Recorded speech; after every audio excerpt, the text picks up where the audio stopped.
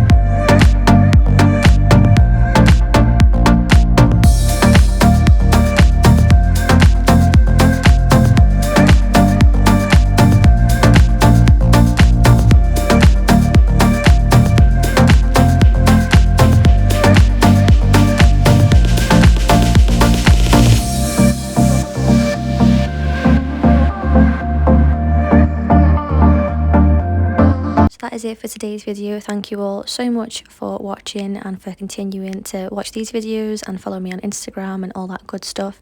And I'll see you again soon. Bye.